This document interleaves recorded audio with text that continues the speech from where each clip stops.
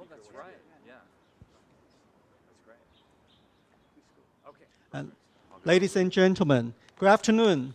Welcome to the press event for the U.S. bipartisan congressional delegation led by Chairman Mike Gallagher of the House Select Committee on the strategic competition between the United States and the Chinese Communist Party. First, please allow me to introduce our distinguished guest, Minister of Foreign Affairs, Dr. Joseph Wu, Representative Mike Gallagher, Chairman of the House Select Committee on the CCP, Representative Raja Krishnamurthy, Ranking Member of the House Select Committee, Representative John Mulenar, Representative Seth Morton, Representative Dusty Johnson. And in the beginning, I would like to invite Minister Wu to address the audience. Oh, me? Perfect. Hey. I didn't realize that I have to say anything, but I want to welcome the distinguished member of the Select Committee to come to Taiwan. As we know very well, Taiwan has been under tremendous military, economic, and also hybrid coercion by the PRC. And therefore, for us, China or the PRC is a prime issue for us. And the committee led by Chairman Mike Gallagher has been a tremendous supporter of Taiwan. And we would like to welcome them to Taiwan to speak about our bilateral relations with the United States, to speak about the regional situation, and most important of all, we want them to tell us how Taiwan and the United States are going to work closer with each other in order for us to be able to deal with the coercion presented by the PRC. And on behalf of the Ministry of Foreign Affairs, I would like to extend my most sincere welcome to the members of this Select Committee. And now, let me invite the chairperson. Thank you. Appreciate it. Thank you so much.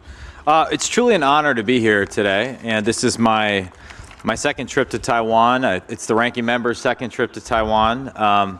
Slightly less fanfare traveling with me than with the Speaker of the House, Pelosi, at the time. Seth has been here. This is his second trip. We have two that are coming for their first time, but it's an amazing, amazing place. And I was eager to come back and look forward to many return journeys in the future. We had a fantastic meeting with President Tsai. She's been a remarkable friend and partner, and really a partner of this committee, because one of the biggest and first things we did was welcome President Tsai at the Reagan Library in the United States for a day that really set the tone for our entire committee's work, and what a historic and remarkable presidency she has had. We also had a great meeting with President-elect William Lai, and we're very excited about just the opportunity to continue to deepen the partnership between the United States and Taiwan, and very confident that that will happen in the future. What you're seeing here today is a group of legislators, Democrats and Republicans, here on, I think, fundamentally a mission of peace, thinking through what we can do to enhance peace and stability across the Taiwan Strait. And the closer that we interact, legislators in America, legislators in Taiwan, I think the better chance we have at preserving the peace. And in the committee's work, it's clear that the foremost threat to peace and stability across the Taiwan Strait is the increasing aggression of the Chinese Communist Party. That is the mission we've been tasked with, is understanding that threat and figuring out ways we can, in bipartisan fashion in the United States, combat it in pursuit of peace. And one of the things I said in the very first hearing we ever did, I drew attention to something that an obscure Chinese academic wrote in 1991 in a book called America Against America. This was a critique of the nihilism and internal conflict he found at the heart of American society. These days, that academic is one of the most powerful men in the world, and his name is Wang Huning. He's a member of the 7-person Politburo Standing Committee, which is the highest governing body within the CCP. It occurs to me, after a year of doing this with my friends, that America Against America also describes the strategy that Wang, that Xi Jinping, and the CCP have pursued in the years since, in America, in Taiwan, and around the world, a strategy of pitting people against each other to undermine our countries and our resolve. It's also the strategy they pursue on the international stage. Divide and conquer, divide countries, divide allies, divide partners, divide the free world. But being here today, I am extremely confident that that strategy is failing. Standing here together, we are evidence of that failure. Democrats and Republican, blues and greens, the people of Taiwan and the people of America united against authoritarian aggression. There's a saying, dictatorships like that, which we see in China, are much like ducks. On the surface, they appear calm and steady, but underneath, out of view, there's a lot of chaos. In contrast, thriving democracies are like the ocean. On the surface, they're chaotic, they're seemingly messy, they're not designed for efficiency, they're full of disagreements, especially when you have divided government like we have in the United States. But underneath those choppy waves, they're calm, they're strong, and they are unbeatable. Free people don't need a dictator to tell them what to think. They know the truth. They see the Chinese Communist Party for what it is, a Marxist-Leninist regime for which people are mere tools for the party. And free people know what is at stake, our dignity, our rights, and our freedoms. They know that this is about what kind of world we want to live in, and they're standing up for what's right. The United States, Democrats, and Republicans stands with Taiwan for your freedom and for ours. For as Taiwan goes, so goes the world. Taiwan must remain, as it stands today, a candle, burning freely, fiercely, and improbably against the darkness. So thank you to our friends in Taiwan for your hospitality. Congratulations on a remarkable election and another peaceful transfer of power. We look forward to doing everything in our power as legislators to deepening this partnership for decades to come. Thank you very much. Thank you, Chairman. Now I would like to invite Representative Krishnamurthy to say a few words. Thank you. Thank you. It's an honor to be here, and as I like to say, it's an honor to be any place they can pronounce my name correctly. So thank you. I was here at this very spot 2 years ago in a little noticed visit by then Speaker Nancy Pelosi.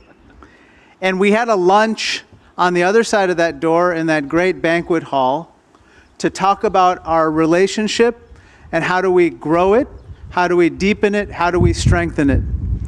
And so that was a Democratic speaker who brought a delegation with her. And now we have Chairman Gallagher, a Republican, leading another bipartisan delegation here to continue that very dialogue. Now, today we had a variety of meetings, including with President Tsai and President-elect Lai, and I just have to say they were extremely productive, they were candid, and there was a lot of give and take, and we learned a lot. Here were my 3 takeaways from those meetings. First of all, there is deep bipartisan support for the relationship with Taiwan and for the status quo, and no unilateral changes being made to the status quo. We strongly support President-elect Lai and President Tsai's continuing insistence that all differences between the PRC and Taiwan be resolved peacefully. That's very important. The second takeaway that I had was that the people of Taiwan, just as the people of the United States and people around the world, are watching what's unfolding in Ukraine very closely. Very closely. And in fact, at our meeting, President-elect Lai showed us a picture of what some people had grown in the way of blue and gold orchids in Taiwan in their symbol of standing by the people of Ukraine. But what was much more important than anything else in that conversation about Ukraine is making sure that the people of Ukraine succeed in beating back authoritarianism and the criminal invasion by Russia. And that is why we are so keen on making sure that the supplemental appropriations bill that the U.S. Senate has sent to make sure that Ukraine is properly aided actually succeeds in the House as well. Because as President-elect Lai made very clear, and President Tsai, if for some reason the Ukrainians do not prevail, that will only encourage hostilities against Taiwan. The third takeaway is that same supplemental package has important resources for the Indo-Pacific region. And again, all the people that we talked about said it was so important for us to continue to invest in the Indo-Pacific defenses and making sure that we deter and we discourage any hostilities. Because at the end of the day, it's about discouraging hostilities, discouraging conflict, and making peace. So with that, I say thank you again. Thank you, Representative. And now I would like to open the floor to questions. Because the delegation has a busy schedule, we will only take 4 questions. So if you have questions, raise your hand and tell everybody your name and the medium you belong to. And Ben.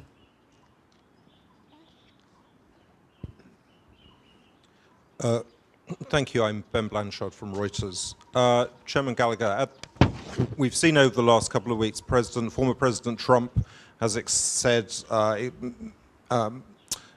many doubts about the role of NATO and about supporting Ukraine, which everyone is well aware of. If President Trump wins re-election at the end of this year, do you think that these comments about NATO and about Ukraine are a worrying sign of support for continued support for Taiwan? Do you believe that under a Trump administration that there would be continued support for Taiwan, or might there be a rollback of support? Thank you.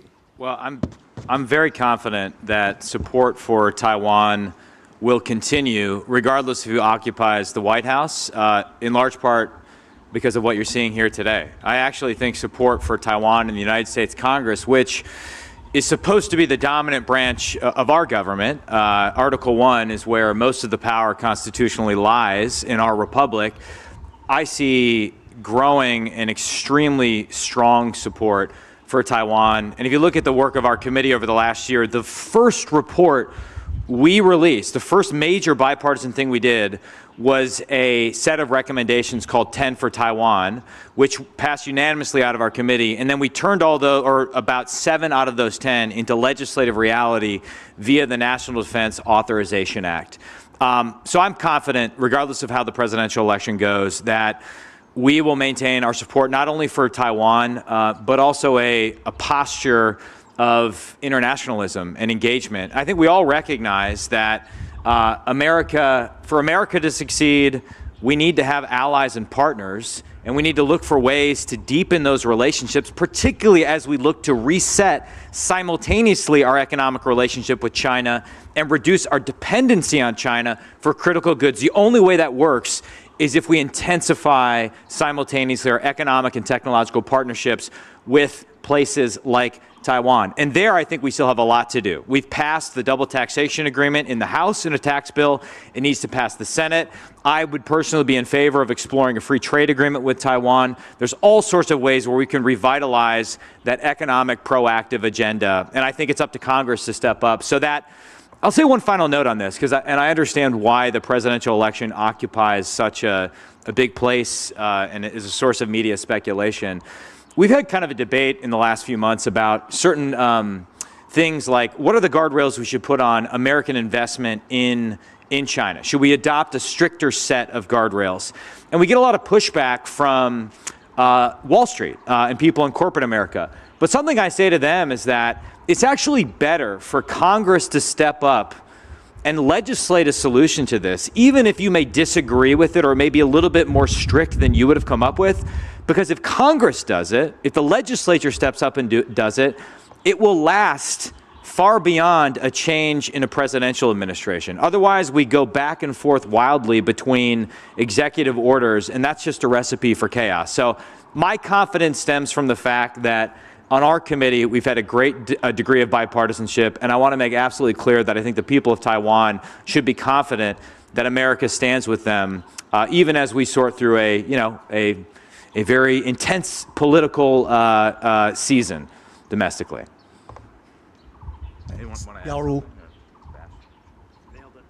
My name is Charlotte Young, and I'm with Liberty Times in Taiwan. And my question is for Mr. Gallagher. Oh, there you are. Sorry. We're seeing China's expansion in the Indo-Pacific region during countries with diplomatic ties with Taiwan. More recently, Nauru and possibly Tuvalu. What's U.S. response strategy, and how would you interpret such actions from China? Thank you. Great question. I think one thing that's come out of some of the tabletop exercises that we've done on the committee is that not only do we need to get the military investments right in the region, and I think that is the most important thing. We need to ensure that we're delivering on the foreign military sales that you've purchased, that we've approved, but have yet to be delivered. We have a $20 billion backlog. That's probably the biggest thing we can do to deter China and reduce its aggression. But we also need a coordinated economic strategy with our allies and partners, so we're not making up a response when China does something that could be labeled economic warfare. We're not trying to improvise what the sanctions response is. And so doing a lot more thinking with Taiwan, with some of our treaty allies in the region, about a coordinated allied framework to resist CCP economic coercion, I think is the direction we need to go. You mentioned Nauru. I think it's fair to say, and Mr. Moulton actually, we were talking about this earlier, he just returned, he was in Japan before this. It's critical that American legislators get to the region and express support, particularly in areas where we tend not to pay as much attention to. For example, right now in the United States, we're having a debate about renewing and appropriating money for the compact and free association states in the region. Absolutely critical that we do things like that. Developing expertise in countries like the Philippines, deep regional expertise, Indonesia, area where we know we're just going to have to stay engaged. It's my experience that that attention goes a long way, and we just have to show up. We have to be here in the region, constantly signaling to our friends that we stand with them, and constantly signaling to our enemies that we won't stand by as they pursue the route of aggression. Thank you, Chairman. And Eric. Hello, this is Eric from CNN. Welcome to Taiwan. And I basically have a follow-up question to what Ben asked earlier. So over the last few months, obviously there have been growing debates in the United States about continuing to fund Ukraine in its war in its defense against Russia's invasion. What would be your message of reassurance to the Taiwanese people that they shouldn't be concerned about potential U.S. commitments toward Taiwan, given the internal divisions over Ukraine? Thank you. Well, what is it that Winston Churchill said about America? We can always be counted on to do the right thing after we've exhausted all the other alternatives. So just give us some time to exhaust the alternatives, and we'll eventually get there. But at least I'll speak for myself. I think it's absolutely, and what we've heard today is that the outcome in Ukraine matters not only for Ukraine and American credibility, but for deterrence in the Indo-Pacific, for cross-strait deterrence. And increasingly what I see is a de facto alliance between China and Russia, and to a lesser extent Iran. It's you could call it an axis of authoritarian powers that is determined to undermine, if not destroy, American global leadership and our entire alliance structure that we've painstakingly built over the last several decades. And so I think it's important that we continue to fund with lethal assistance to Ukrainians, and also use this as a moment where we can revitalize our entire defense industrial base and make a generational investment in restoring our arsenal of deterrence so that we can surge production of and stockpile critical munitions here in the Indo-Pacific before deterrence fails. And that's absolutely critical because unlike Ukraine, Taiwan, as you may have noticed, is an island, and therefore it would be harder to resupply in the event of a conflict. We need to learn the lessons of why deterrence failed in Ukraine, apply them to the Indo-Pacific so that we don't find ourselves having to fight a war. We want peace, and though deterrence is very difficult, war is much more difficult. And so an ounce of deterrence is worth a pound of war, and that's what we're dedicating ourselves to, and I'm confident we'll find a way forward. I think that one of the most interesting things that we found at our hearings that we had recently is that, for instance, Secretary Pompeo, Mike Pompeo, Republican, came out very strongly in favor of this aid for Ukraine. Why? Because he said, if we don't provide this aid to Ukraine, it's going to be viewed as a sign of weakness by our adversaries, making war more likely over Taiwan. Another thing that came out in that hearing is I'll remember this very clearly. A witness said, you can't be tough on China and weak in your support of Ukraine. You can't. You can't be inconsistent. And so that's why I'm telling everybody in good faith on both sides of the aisle, we got to get this done now. Not tomorrow, now. The moment we go back. And it's going to take time once we pass that aid for it to actually get translated into actual equipment and material on the battlefield. And now is a time of desperation in Ukraine. And we cannot flinch in the face of what I think is evil. We have to perform at this moment. Thank you, representatives. So the last question goes to Joe. Hi, Senator. This is Joseph from Central News Agency in Taiwan. First of all, welcome to Taiwan to all the first or second time Congressman. You have mentioned about deterrence, and the last time you visited here in 2023, you expressed concern about the backlog, about the delay of delivery of weapons to Taiwan. And now, exactly a year later, the problem is still there. So is there anything that the US Congress can do to speed up that delivery process amid China's continued expansion? And another side note is that the last time you're here is more secretive. Is there a reason why the last time you visit is more low profile and this time more publicly? Thank you. I was low profile last time. He'll say something and I'll follow up, yeah. On the first part, I think the Biden administration has done a tremendous amount to try to expedite the shipment of arms and articles of self-defense to Taiwan. All that being said, we know that the defense industrial base is under tremendous stress right now, and that's why, as part of our 10 for Taiwan recommendations, one of the things that we have recommended and Chairman Gallagher has championed as a member of the House Armed Services Committee is multi-year appropriations. This is something that's the biggest no-brainer ever, and yet we're not doing it in Washington, D.C. What that means is basically allowing companies that produce, say, bullets, to know that there's going to be business or demand for those bullets over a certain number of years, as opposed to just 1 year. If it's just 1 year, they'll only make investments to make sure that enough bullets are completed that 1 year.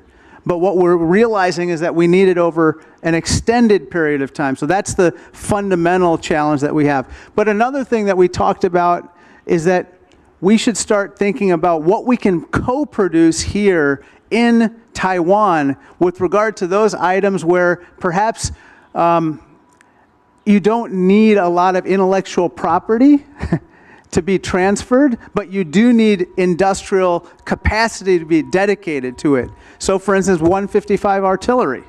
This is in incredibly short supply around the world. We know this in Ukraine to be the case. And Taiwan could be a potentially great partner in the production of 155 millimeter artillery. but there are so many other attritable items. These are items that we know would be required for deterrence that they can make locally, and that we don't have to worry about necessarily stressing the supply chains in other parts of the world. Mike? Well, in addition to, well, first of all, the backlog remains a huge problem. And it's something I try and raise at every opportunity. And I think it's a fixable problem, which makes it even more frustrating. Part of it has to do with the way in our system authority over foreign military sales is divided between the State Department and the Defense Department, and then in Congress between the Armed Services Committee and the House Foreign Affairs Committee. It creates jurisdictional issues and oversight issues. But the ranking member is absolutely correct. In my opinion, the single best thing we can do is provide multi-year appropriation for critical munition, which allows these companies to move from minimum sustaining rates of production to maximum production rates and invest in workforce, in facilitization, and everything you need to go to 240 long-range anti-ship missiles a year, and you can list the other systems. One creative option that I've encouraged the administration to pursue is taking the harpoons that we have in our inventory, which we're about to put into deep storage, about 200 of them, we're gonna just kind of put them into deep freeze, reconfiguring them and then allowing them to be delivered in an expedited fashion to Taiwan, as well as something you saw in our report, which was moving Taiwan to the front of the line for priority for the delivery of harpoons. That will require some creative diplomacy with some of our Gulf allies, but I think that's absolutely doable going forward. As for the nature of the visit being more high profile than last time, I mean, I was by myself last time, and so I just, you know, and I think you had a high-profile visitor from the Defense Department at the time who stole all of my thunder and got all the news headlines, which was fine. But I think this time, since we have a bipartisan delegation, and since you just had an election, we thought it was very important to publicly send a signal of unified American support for Taiwan. We felt like that would be a good signal, not only just here in Taiwan, but throughout the region. I also have to say your shoes are great. I really like those. You got to tell me where I can purchase a pair of those. Those would not be low profile though if I purchased those. So. Thank you, Representative. Before we conclude this press event, so at the request of all media friends, so I would like to invite all our distinguished guests and the minister one step forward for a group photo.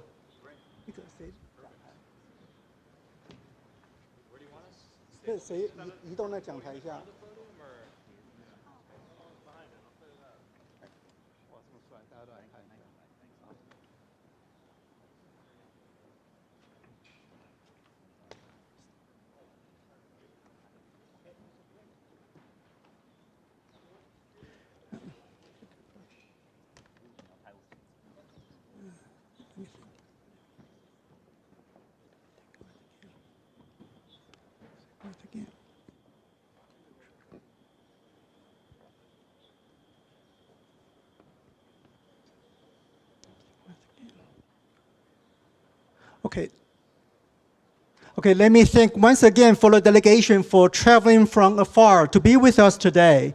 I also like to thank all media friends for attending this event. Thank you very much and wish everyone a good day.